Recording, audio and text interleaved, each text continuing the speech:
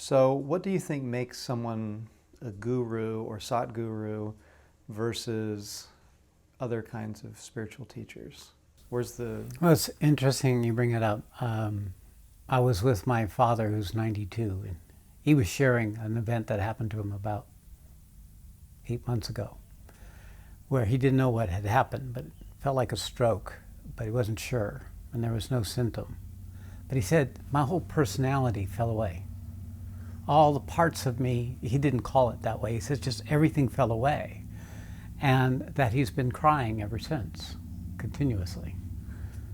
So it's like that first. It starts with a dropping of our personality. A spiritual awakening is basically a shedding of the structures that separate us from our reality. And each of us has an individual expression of that reality, that one reality. So the first stage is falling away of the individual structures of separation that prevent us from accessing that infinite, vast quality of being and unconditional love, which is so the hallmark of anything spiritual. So anyone who's developed in that process is going to be interested in spirituality, and perhaps depending upon their capacity for shedding the personality and their capacity for opening up to that part of themselves, that's reality, they may become varying degrees of effectiveness as a teacher. Because obviously when that happens, you separate your content. You become separate from your content. You become separate from your thoughts and your emotions and your habits and your feelings and your beliefs and your ideas. It's like your worldview just expands into what is true and what is not true. And so you can see all the parts of yourself and consequently of other people that's not in alignment with that essential reality that they are. So many people teach from that place of the some relationship to this expanding of the central reality and the shedding of the multiple aspects of the persona and the personality and the conditioning. How far that goes is the key point relative to teachers. So ultimately, what's happening is when we shed our persona, we become an orifice for the universe. We become a means by which the universe can come into this dimension. So that's effectively it. So the degrees of teachers and teaching is a process by which the opening has occurred, and now there's this continuous shedding of what it is you are in the habit of your personality and mind and body and drives and so on and so forth. We could call it surrendering or sacrificing or letting go. And the more we do that, the more the universe finds its expression. So when the mind, let's say, the opening happens, but the mind is still very active, then people tend to be more teachers. This was definitely my first phase. My first phase was my mind stayed intact until 2007. So basically all that from 1998 to 2007, in that period of time, my system was purifying, but my mind, although it was didn't rule me so much, was still like operating. One piece was operating, even though there was no thoughts. One piece was evaluating everything that was going on, was looking at it as if a fly on the wall. There was a piece in my consciousness. So the first phase was me teaching and the recognition of what was happening to me in terms of the Gita, the Bhagavad Gita, and traditional other paths, and being able to see how this process is universal, not unique, just many different ways of going through it. So I began doing a lot of, explaining and descriptions of the nature of the journey and so on and so forth based on my experience. But as time has gone on, unwittingly, more and more force is coming through me. So that as this process of teaching, I became less and less a person and more a vehicle for this consciousness, and more able to align the parts of the personality with that reality of what I am. And then I started working more at, not quite guru, but I was transmitting. There was a definite transmission to people. And that was because my heart and my vital moved quicker than my mind. After 2007, when I broke out of the mind paradigm, not that mind wasn't relatively quiet for me, but it just literally, the identity of me was no longer a person. So that identity that I was Vishnu, Shiva, that I was the reality, I was always had been, always, of course, I've always been this. Once that came. So I think that's the moment you refer to when you describe your spiritual process, your journey, as when it completed. It was done. Then, of course, there's remnant particles and bits and pieces, and situations can bring up and activate remaining components that are sort of like in a satellite around me, but they have no real impact, no real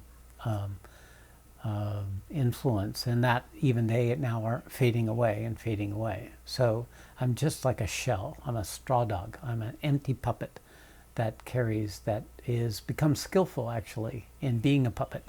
I've created a skillful puppet.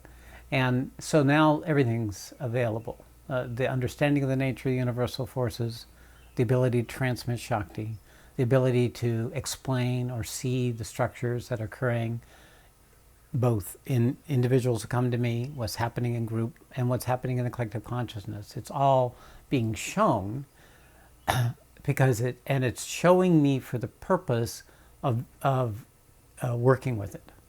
So it's using my analogy is the universe has woken up as me, and to the degree that this happens in each person, the more the universe takes up residence in a being that has awakened, the more an authority that has a base other than on ego comes forward.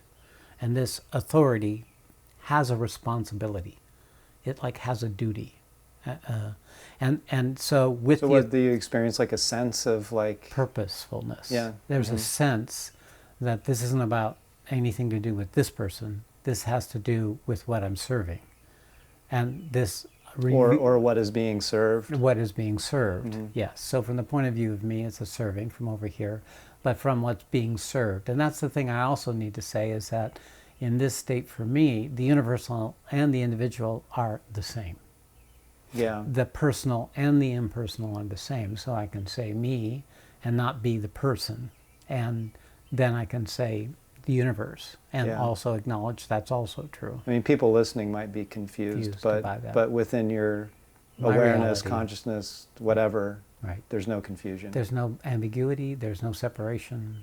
It's all same expressions. So the universe wakes up at us proportional to our capacity to shed the personality, our capacity to hold the pressure of the forces that start coming in.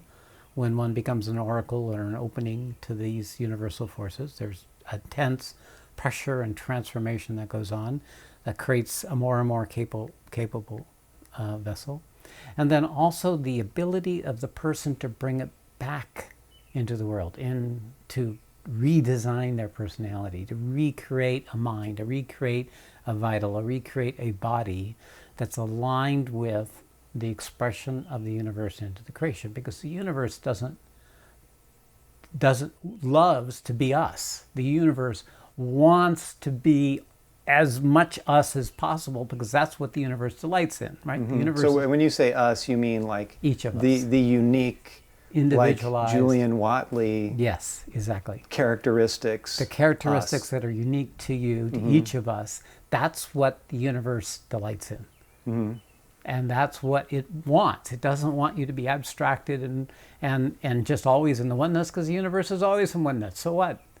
This becoming separate is what it's interesting. That's got to be such a tricky dance. I mean, it does seem like, for me in my experience, is a super, super tricky dance because, of ego course, lays claim. The ego also delights Yes. in being us. Yes, that's right. Right, all those same things. It's very hard, this line between ego and the reality as us.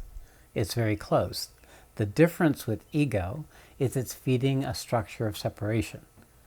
There is an I amness or an amness that doesn't feed the structure of separation. It feeds the structure of connectedness, of oneness, of interrelatedness. Yeah, right. Well, I mean, this is kind of what I was asking about at the retreat. You know, how to gauge that difference. Like, if, for instance, I'm at Pete's and I've ordered some oatmeal and I feel like there isn't quite enough water in it, at what point is this ego asserting a preference versus consciousness expressing itself as Julian wanting a little more water?